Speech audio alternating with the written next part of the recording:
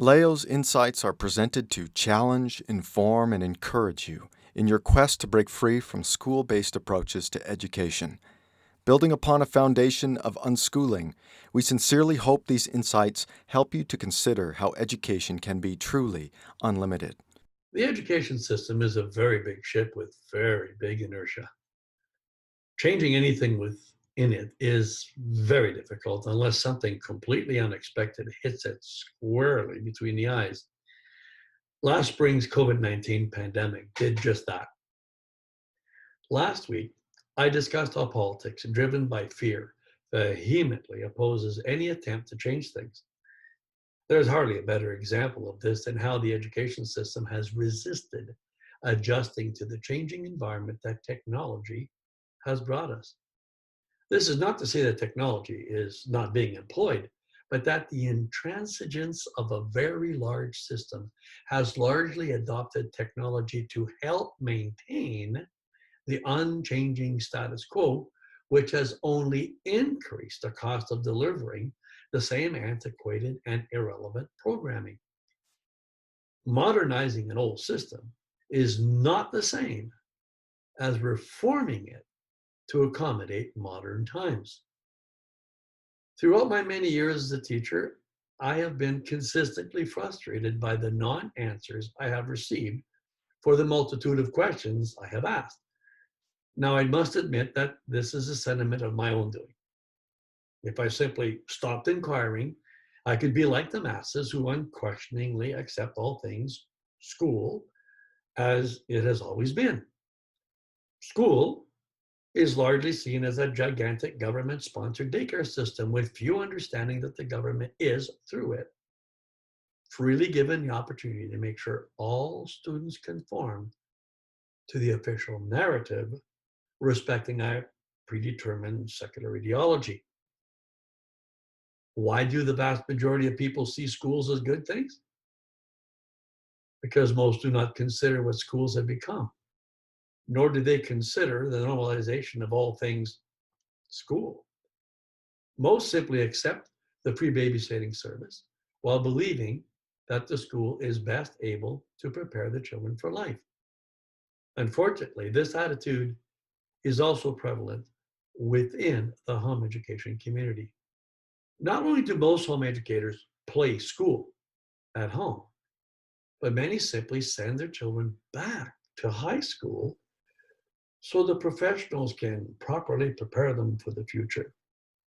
However, understanding that the school system failed to properly adapt or change to accommodate the digital age we find ourselves in should caution us against putting any faith in its ability to prepare students for the future.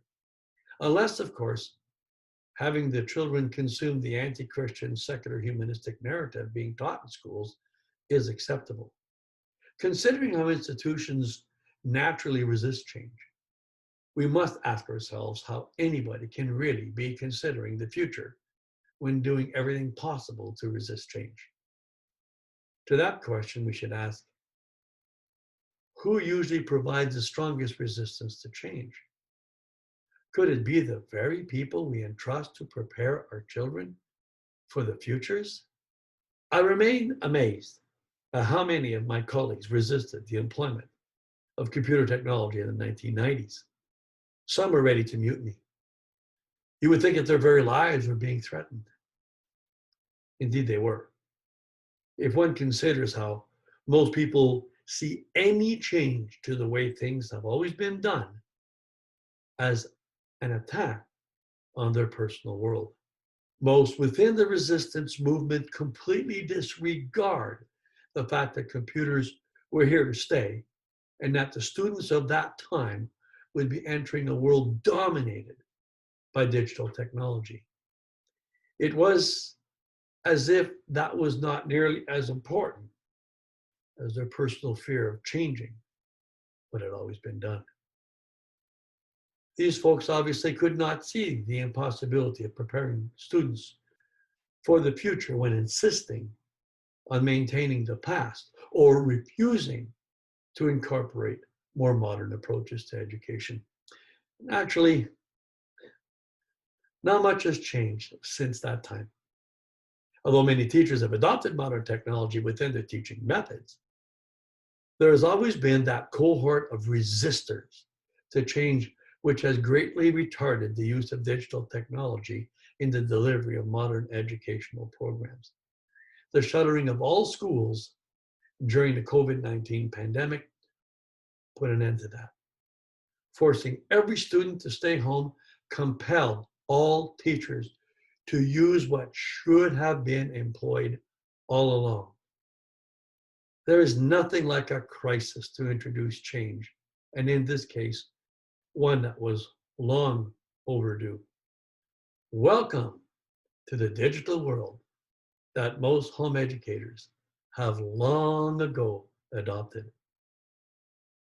We trust you were blessed by today's presentation.